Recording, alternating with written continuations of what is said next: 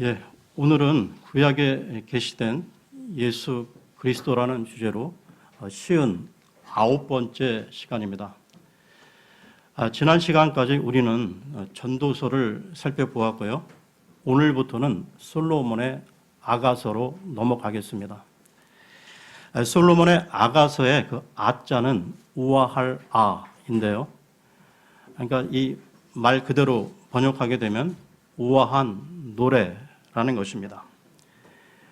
이 아가서는 이스라엘 역사상 가장 부귀 영화를 누렸던 솔로몬 왕과 술람미라는 시골에서 자란 한 여인과의 사랑을 시적 형태로 노래한 이야기인데요.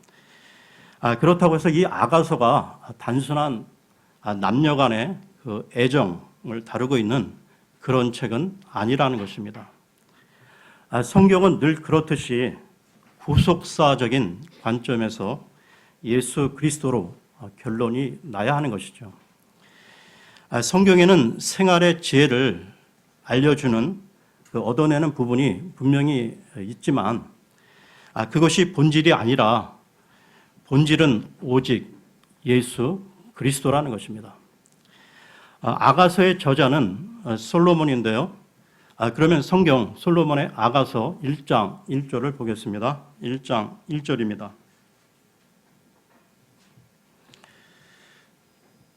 노래 중에 노래, 곧 솔로몬의 노래라. 그리고 술람이라는 이름이 나오는 구절을 보겠는데요. 아가서 6장 13절을 보겠습니다. 6장 13절입니다.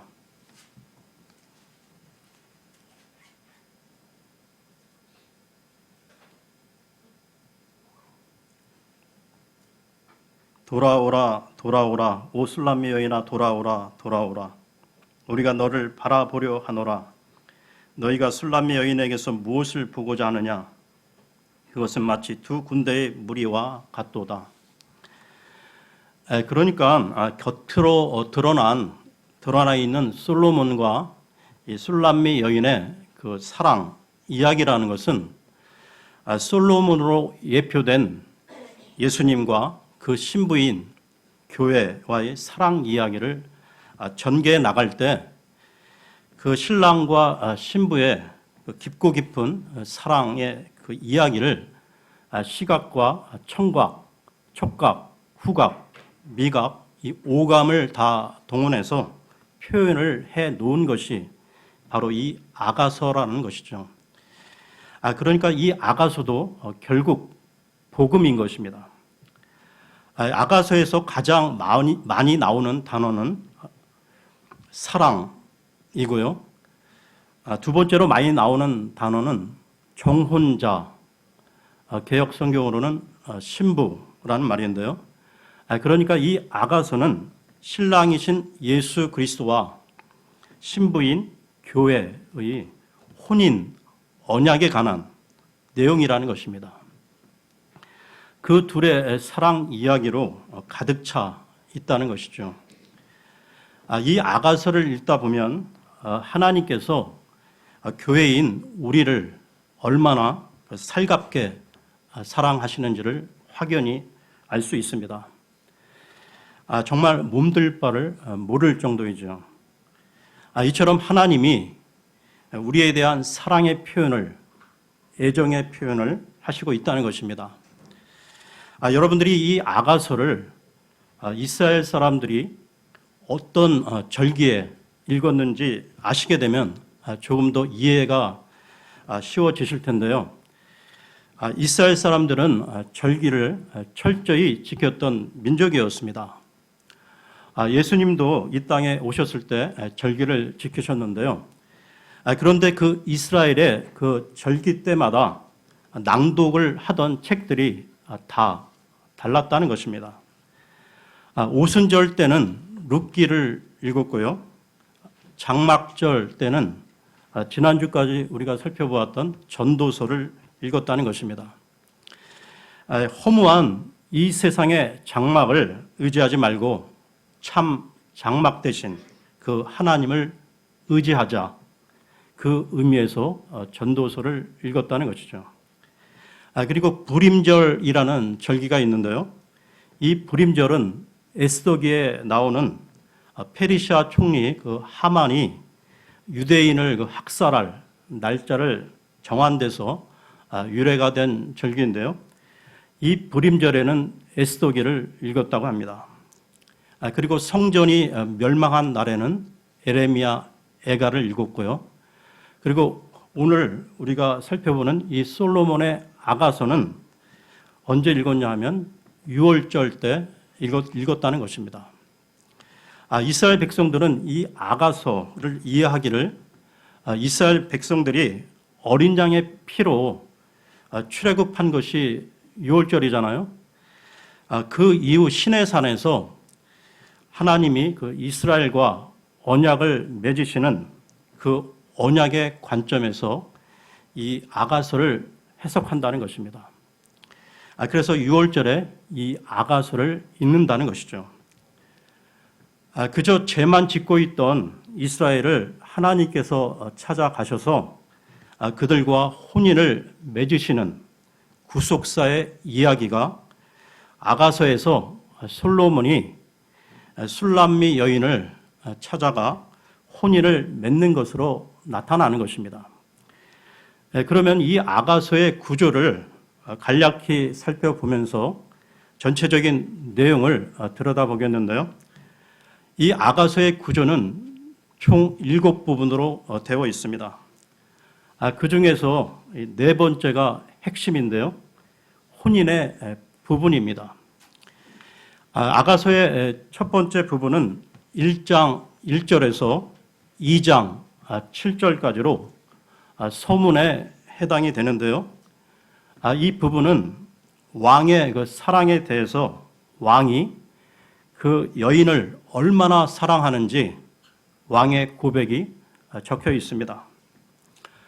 두 번째 부분은 2장 8절에서 2장 17절까지인데요. 사랑하는 신부를 찾아서 이제 왕이 방문하는 부분입니다. 그리고 세 번째 부분은 3장 1절에서 5절까지인데요. 그 와중에 밤이 찾아옵니다. 그리고 그 여인이 꿈을 꾸게 되는데요. 하나됨에서 분리가 되는 악몽을 꾸게 됩니다. 성경에서 직접 찾아보겠는데요. 아가서 3장 1절에서 2절을 보겠습니다. 3장 1절에서 2절입니다.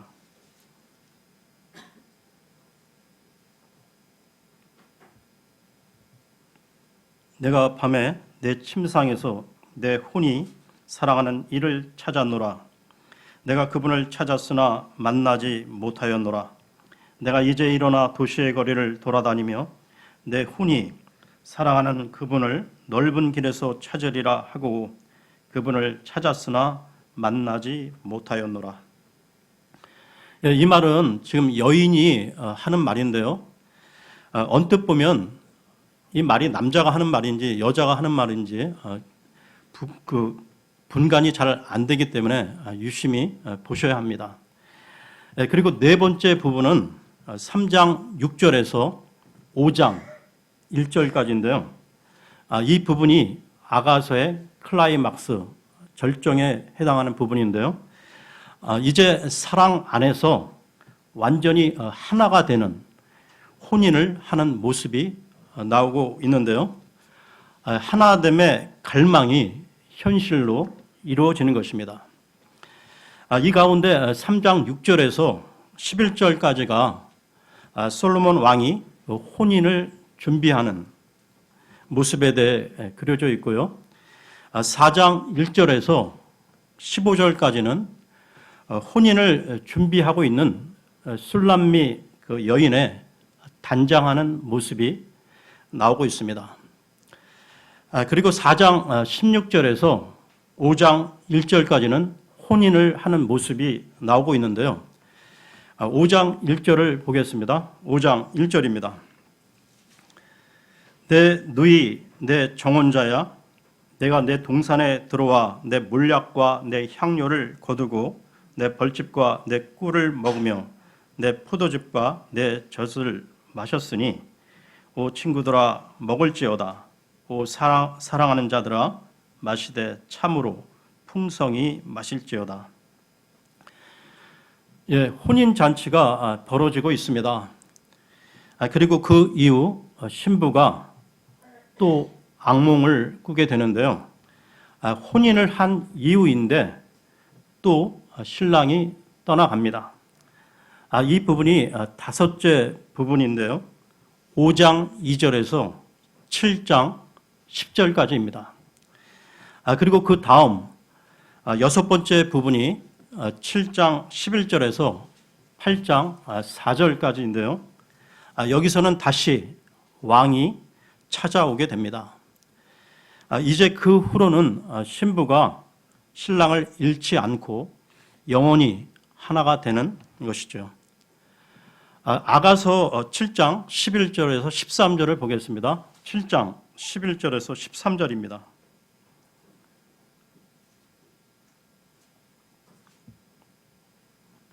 나의 사랑하는 이여 오시옵소서. 우리가 들로 나아가 여러 마을에서 유숙하사이다. 우리가 일찍 일어나 포도원에 가서 포도나무가 무성한지 연한 포도가 보이고 석류나무가 봉오리를 내는지 보사이다. 내가 거기서 당신에게 나의 사랑을 바치리이다. 합한 채가 향기를 뿜어내고 우리의 성문들에는 온갖 종류의 아름다운 열매가 있나니 새 것과 오래된 것이라. 오 나의 사랑하는 이여, 내가 당신을 위하여 그것들을 쌓아 두었나이다. 그런데요, 이 아가서를 보게 되면 실내에서 사랑을 나누는 것이 아니라 항상 그 동산에서 실과가 있고 동물이 있는 실외에서 사랑을 나눈다는 것이죠. 여러분, 뭔가 어떤 동산이 떠오르지 않으십니까? 그리고 마지막 일곱 번째 부분으로 8장 5절에서 마지막 14절까지입니다. 첫 번째 이 부분과 비교해서 이제 왕이 그 아내를 사랑하는 그 사랑이 더 커지게 됨을 보여주게 되는데요. 아주 진한 그 사랑의 모습이 오감을 동원하여 묘사가 되고 있습니다. 여러분, 이 아가서의 구조를 지금 잘 들으셨으면 아시겠지만 전체 구속사의 모습이 보이지 않으십니까? 두 번째 부분에서 예수 그리스도께서 오시는데요. 세 번째 부분에서는 떠나가십니다. 인간의 타락함으로 말미암아 신랑이 떠나가는 것이죠. 그리고 네 번째 부분에서 이제 혼인을 하게 됩니다. 예수님이 오시죠. 혼인을 하게 됩니다. 그리고 다섯 번째 부분에서 또 떠나가는 꿈을 꾸게 되죠.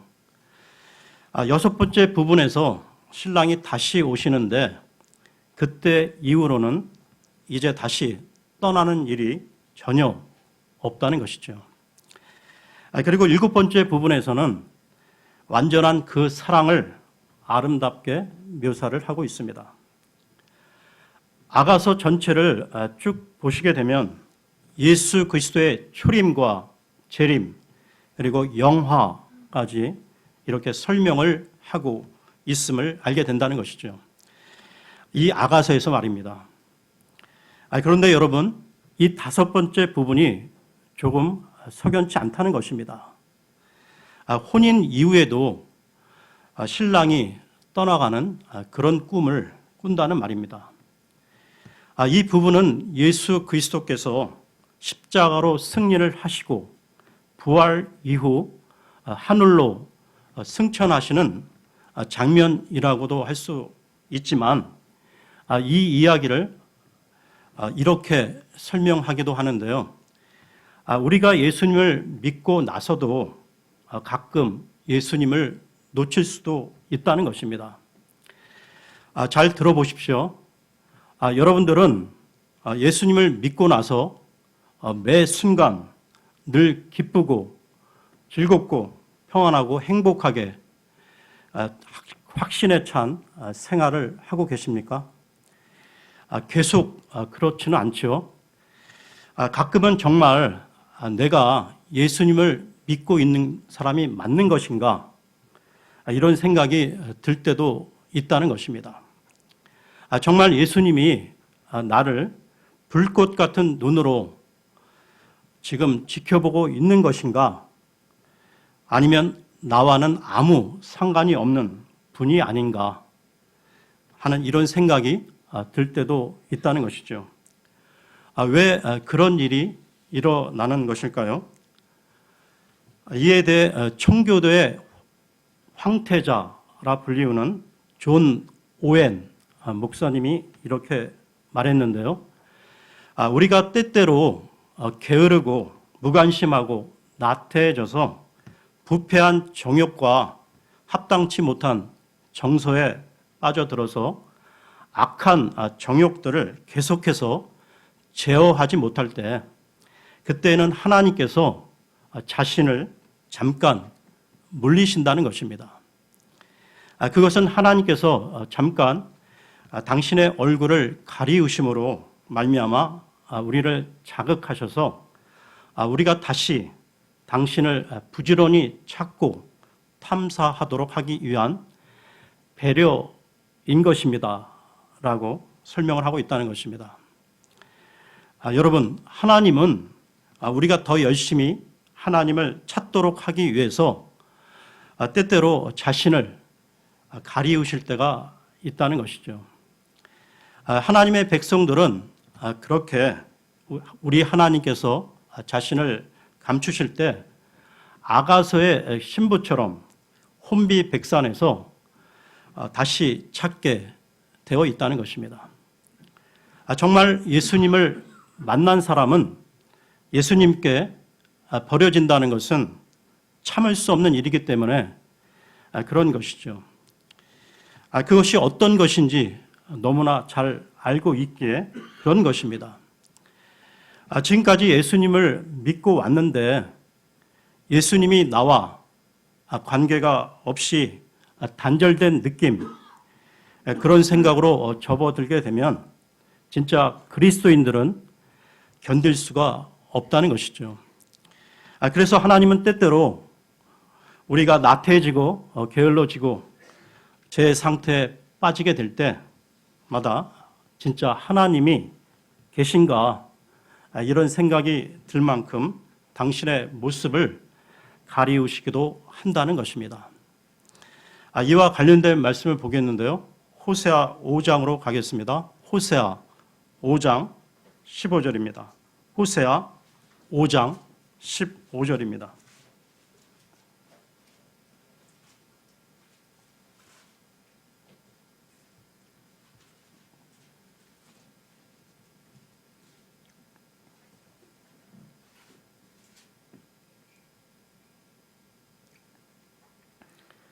그들이 자기들의 범죄를 인정하고 내 얼굴을 구할 때까지 내가 가서 내 처소로 돌아가리라.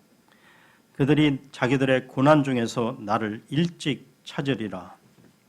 연관된 말씀 계속 보겠는데요. 아가서 5장 6절에서 8절입니다. 아가서 5장 6절에서 8절입니다.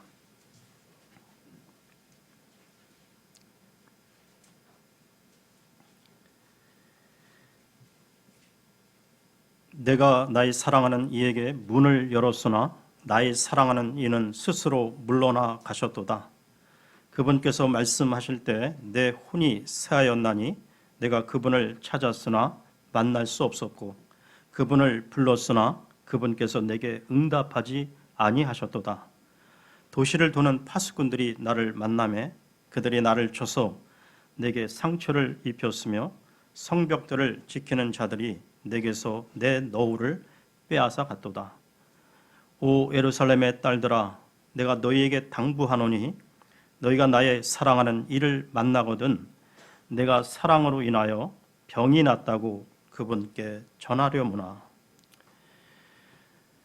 누가 우리 신랑을 만나게 되면 내가 이렇게 애타게 찾는다고 좀 전해주세요 라고 신부가 안타깝게 찾고 있습니다.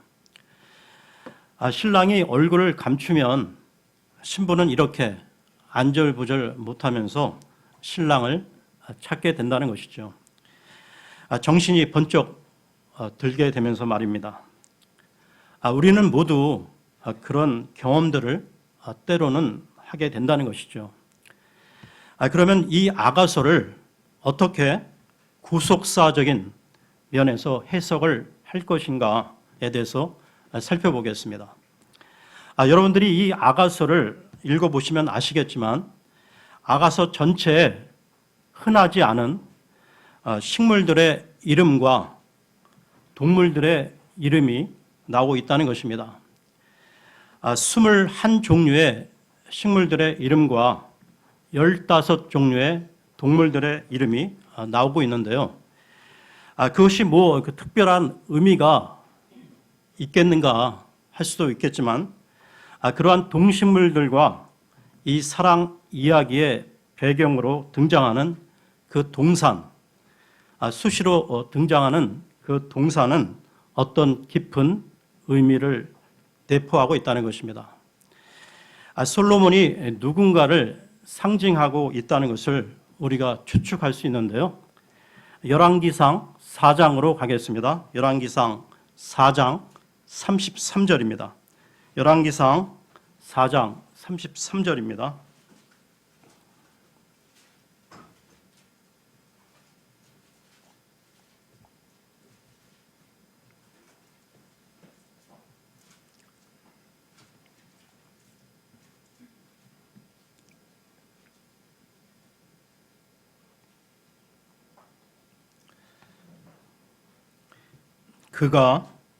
여기서 그는 솔로몬입니다.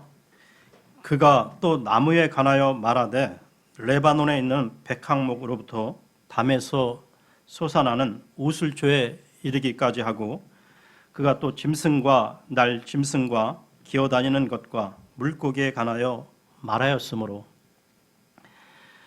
솔로몬이 그 수많은 동식물들에 대해서 자세하게 이야기를 할 수 있었다는 말인데요. 자세하게 설명을 할 수 있었다는 말입니다. 그 다음 절 34절을 보십시오. 34절입니다. 모든 사람들 중에서 솔로몬의 지혜를 들으려고 왔으며 그의 지혜에 관하여 들은 땅의 모든 왕들로부터 왔더라. 이 구절은 솔로몬이 백항목으로부터 담에서 솟아나는 우슬초에 이르기까지 그리고 짐승들과 새들과 기어다니는 것과 물고기에 대해서 자유자재로 설명할 수 있는 지혜, 타의 추종을 불허하는 지혜가 있었음을 세상 모든 왕들이 인정했다는 것입니다. 여러분, 이 솔로몬이 성경의 누구와 비슷하다고 생각이 드시지 않습니까? 창세기의 아담하고 비슷하다는 것입니다. 모든 동식물들의 그 이름을 지어준 아담과 비슷하다는 것입니다. 어떤 존재의 그 이름을 지어주었다는 것은 히브리 사람들의 개념에 의하면 그 존재의 근원부터 그 존재의 내용까지를 자세히 알고 있었다는 말이죠. 정확하게 그 존재를 인식하고 있었다는 말입니다. 아담이 그렇게 이름을 지어준 것과 솔로몬이 그 동식물들에 대해서 자세히 논할 수 있었던 것은 같은 맥락으로 볼 수 있는 것이죠. 그러니까 이 솔로몬과 술람미 여인의 동산에서의 그 사랑은 마치 에덴 동산에서의 아담과 이브의 사랑을 재현해 놓은 것과 같이 보여진다는 것입니다. 그렇다면 여러분, 창세기에서로부터 시작된 이 하나님의 백성들의 구속사의 이야기가 어떻게 솔로몬의 아가서에 배어 있는가 더 들어가 보겠는데요. 태초 처음에 에덴 동산에서 아담과 이브가 진실한 사랑을 나눌 때에는 서로 부끄러움이 없었다는 것입니다.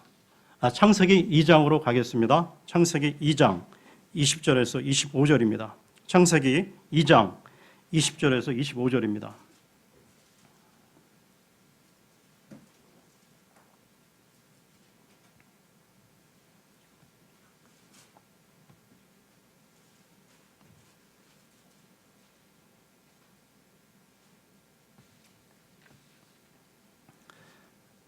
아담이 모든 가축과 공중의 날짐승과 들의 모든 짐승에게 이름을 주니라. 그러나 아담을 위해서는 그를 위한 합당한 조력자를 찾지 못하였더라. 주 하나님께서 아담을 깊은 잠에 빠지게 하시니 그가 잠들매 그분께서 그의 갈비뼈 중에 하나를 취하시고 그것 대신 살로 채우시며 주 하나님께서 남자에게서 취한 그 갈비뼈로 여자를 만드시고 그녀를 남자에게로 데려오시니 아담이 이르되 이는 이제 내 뼈 중에 뼈요 내 살 중에 살이라. 그녀를 남자에게서 취하였으니 여자라 부르리라 하니라. 그러므로 남자가 자기 아버지와 어머니를 떠나 자기 아내와 연합하여 그들이 한 육체가 될지니라. 그 남자와 그의 아내가 둘 다 벌거벗었으나 부끄러워하지 아니하더라. 최초의 결혼 장면이 나오고 있는데요. 아담의 결혼 장면입니다. 그 아담은 하나님의 아들이며 동시에 왕으로 세상을 다스리도록 하나님으로부터 위임을 받은 자였는데요. 창세기 5장으로 가겠습니다. 5장 1절에서 2절입니다. 5장 1절에서 2절입니다. 이것은 아담의 세대들에 대한 책이라. 하나님께서 사람을 창조하신 날에 하나님의 모양대로 그를 만드시되 그분께서 그들을 남성과 여성으로 창조하시고 그들을 창조하시던 날에 그분께서 그들에게 복을 주시며 그들의 이름을 아담이라 부르시니라. 여기 보십시오. 2절 끝에 그들의 이름을 아담이라 부르셨다는 것은 남자도 아담, 여자도 아담이라는 말이죠. 그리고 아담이라는 말은 남자 아담, 여자 아담만이 아니라 인류 전체를 말할 때 쓰기도 한다는 것입니다. 계속해서 5장 3절을 보십시오. 창세기 5장 3절입니다. 아담이 130년을 살며 자기 모양대로 자기 형상에 따라 아들을 낳아 그의 이름을 셋이라 하였더라. 여기 아담이 자기 모양대로 자기 형상에 따라 아들을 낳았다고 하죠. 그렇다면 마찬가지로 5장 1절을 보게 되면 하나님이 하나님의 모양대로 아담을 지으셨다는 것은 아담을 하나님의 아들이라 할 수 있다는 것입니다. 그리고 그 아담은 이 땅을 다스리도록 위임을 받은 왕이었다는 것이죠. 지금 이 말을 반복하는 것은 왕의 아들이며 그 자신도 왕인 솔로몬과 아담하고 어떤 연관성을 여러분에게 설명을 하려고 하는 것입니다. 그렇게 온 천하 만물의 주제이시며 만왕의 왕이신 하나님의 아들로 태어난 아담에게 신부인 이브를 주셨죠. 그리고 그 둘을 한 몸으로 만드셨습니다.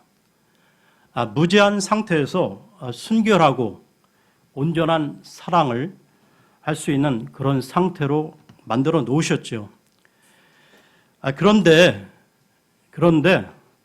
창세기 3장에서 인간이 타락을 하고 그 사랑에는 금이 가게 됩니다. 서로를 부끄러워하게 되었고 자기의 죄를 서로에게 핑계를 대며 미루는 그런 사이가 된 것이죠. 사랑이 깨져버린 것입니다. 창세기 3장으로 가겠습니다. 창세기 3장 6절에서 12절입니다. 3장 6절에서 12절입니다.